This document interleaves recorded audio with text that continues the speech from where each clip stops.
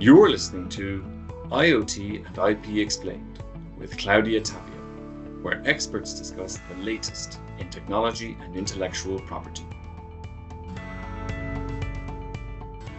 Hi everyone, and welcome back to IoT and IP Explained. I'm Claudia Tapia, and today we're going to talk about a topic that raises strong opinions: patent pools. Some people see patent pools as the perfect answer to the challenges in IoT licensing, a practical way to get many licenses at once. For others, pools are a threat to innovation. Critics say that pools lead to lower revenues for innovators, and less revenue, they argue, means less R&D, and in the long run, less innovation. As usual, the truth may be far more nuanced. Before we jump into the details, let's make sure we all start from the same place. Standards allow IoT devices to speak to each other. Phones, cars, sensors, and smart home devices can all connect because they use the same technical rules. Many inventions behind these rules are patented. When a patent invention is needed to comply with a standard, we call it a Standard Essential Patent, or SEP. To make sure the standard is widely adopted, SEP owners typically agree to be prepared to license them on fair, reasonable, and non-discriminatory terms and conditions. That is FRAND. If you work in telecom, this sounds for sure familiar. If you don't, all you need to know is this: FRAND keeps the system moving. It helps innovators receive reasonable royalties for their contribution to the standard. At the same time, FRAND makes it possible for many companies to use the same essential technologies in their products, and this creates deep standardization. Devices work smoothly together across the world. Companies can manufacture at a large scale because they can rely on the same standard and access the technology on these terms. Large-scale production reduces costs, which leads to lower prices and more choices for consumers. So FRAND is a good thing. The only small question is, what exactly are FRAND terms? What I can tell you so far is that FRAND terms are typically agreed on bilateral good faith negotiations between a SEP owner and a company implementing the standard. And one of the most relevant terms is the royalty fee. How much should the implementer pay for the technology it is using? Here is the challenge. These negotiations are confidential. Confidentiality is useful. It protects sensitive business information, but it also means that companies will not know what others are paying. And that can create uncertainty. Think of a street market with no price tags. You pick something you like, you negotiate with the seller, and no matter how many discounts you get, you may still walk away wondering if someone else got it for half the price. Then there are the transactions costs. When there are several SEP owners, company must negotiate with each of them separately. This takes time. It requires technical discussions on whether the patents presented to the implementer are essential. It can involve legal departments, technical teams, licensing teams, and sometimes even litigation. These transaction costs can be high, especially for smaller companies with fewer resources. And this is why some believe bilateral negotiations can be inefficient. Yet, we should be clear, bilateral negotiations can also work very well. They have been the pillar of SEP licensing in telecom for decades. Bilateral negotiations give parties flexibility to adapt to their individual needs, as long as they remain within the FRAND range. They enable companies to cross-license with both sides own patents, and in some cases, bilateral negotiations can even be faster because only two parties are involved. So the picture is not black and white. At the same time, patent pools can be highly efficient in some scenarios. A pool brings several SEP owners together under one license. Instead of companies negotiating with many different patent owners, they can obtain rights from several of them in a single place. One license, one fee. In practice, a pool usually offers overall transaction costs which are lower. It can also increase transparency because many licensees pay the same rate for the same package of technology. A strong example is Avanci in the automotive sector. The Avanci 5G vehicle license brings together more than 75 licensors. It covers 2G, 3G, 4G, and 5G for a single license, only once. It is $32 per car. $29 for those who signed early. And when you compare this to the value that car makers get from connectivity, the fee is tiny. Recent research shows this clearly. Even the simplest connectivity package generates many times the cost of the license. Take Volvo. Its digital service package costs €50 per year after the 4-year free period. Over a car's life, that is €400. For Tesla, the premium connectivity package generates close to €1,400. And the Mercedes Excellence package reaches €3,100. In all these cases, €32 licensing cost from Avanci is only a small part of the value these companies obtain. This helps explain why many car makers have joined Avanci. They receive legal certainty, a predictable cost, and access to hundreds of patents through a single license. Yet, even with transparent terms and low costs, it still took years of negotiation and several court decisions supporting Avanci before most car makers signed. In my view, this shows that this is not only about transparency and low cost, is it? Now that we have seen that patent pools can offer, let's look at the next question. Why do some companies join a pool while others stay out? The decision is not simple. It depends on several factors. Let me walk you through the main ones. Let's start with how royalties are shared inside the pool. This is a major topic.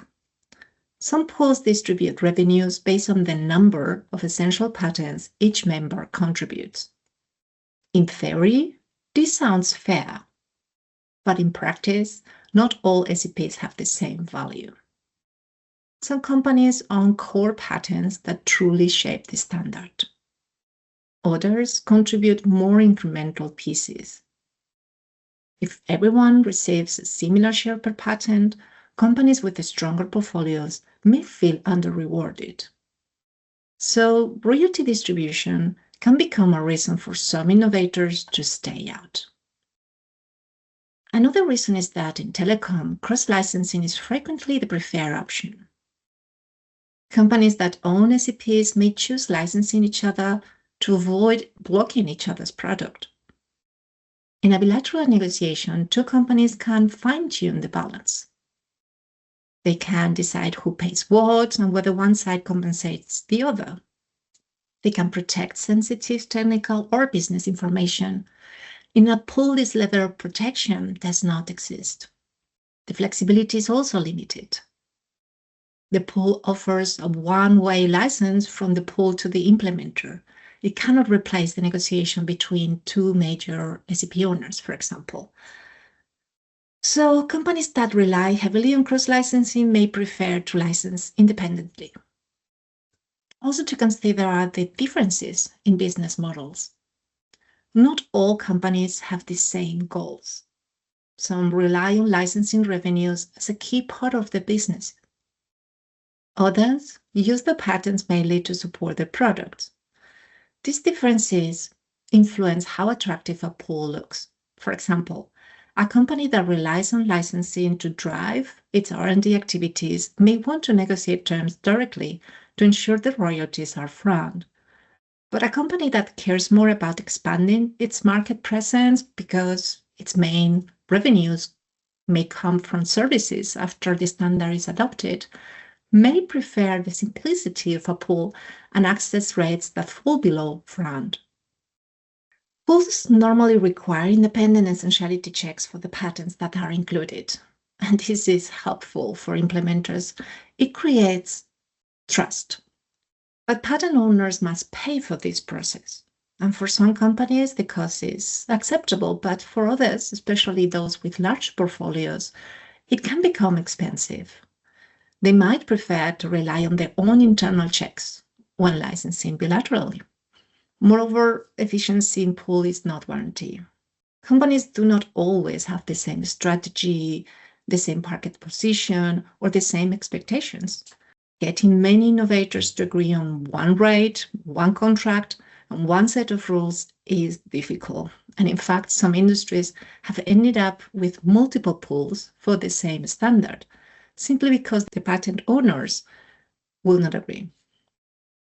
Getting many innovators to agree on one rate, one contract, and one set of rules is difficult. In fact, some industries have ended up with multiple pools for the same standard, simply because the patent owners could not agree. This reduces the efficiency that pools aim to create. Also, the scope of the pool is key. Some companies want to grant a license for multiple generations at once. Others want to license each generation separately. Some want a license for a specific product category, others want a broader scope. A pool cannot satisfy all these preferences at the same time. Its license must be the same for everyone, and that uniformity is both a strength and a limitation. Confidentiality is also important. In bilateral negotiations, companies can discuss cooperation of new projects. They may want to collaborate on a new feature, a research program, or a product line not announced yet. When they negotiate directly, they decide what is shared, when it is shared, and with whom. Also, a pool license is usually the same for everyone, but real-world negotiations are often more complex. An implementer may want more than just ACPs. Sometimes it is interested in non-ACPs, sometimes in access to know-how, or in transfer of complementary patents. In bilateral talks, the parties can put everything into one agreement: ACPs, non-ACPs, know-how, and so on. Also, a pool license is usually the same for everyone, but real-world negotiations are often more complex. An implementer may want more than just ACPs. Sometimes it is interested in licensing non-ACPs, sometimes in access to know-how, or in transfer of certain patents. In bilateral talks, the parties can put everything in one agreement: ACPs, non-ACPs, know-how, and so on. Does this mean we should only license bilaterally? Not at all. Both approaches have their place. Bilateral licensing will continue to be central in telecom because some companies have large portfolios, established licensing programs, and licenses that require flexibility. But pools will continue to be useful, especially in markets where implementers want simplicity and the SAP owners have the possibility to afford lower revenues and they don't require cross-licensing. The key point is that pools and bilateral negotiations are not competitors. They are complementary tools. Each helps solve different problems. Each works best under different conditions. What matters is finding the right fit for each situation. Car makers did not want to negotiate with several SEP owners individually. They wanted clarity about cost, and they did not have SEPs to cross-license.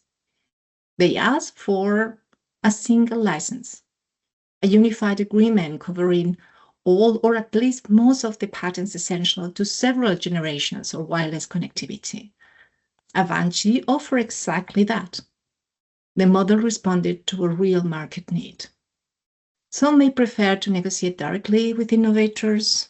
Markets evolve, companies adapt their strategies. But one thing is clear: efficient licensing is crucial if we want innovation to continue. Standards will play a bigger role in the future, not a smaller one. The IoT world is already connecting factories, vehicles, medical devices, logistics, agriculture, and homes. Connectivity is sitting at the core of all these systems. And this means we must protect the elements that make the system work today. Front licensing, bilateral negotiations, and pools that meet clear market needs. We should avoid simplistic ideas. No single model will work for everyone.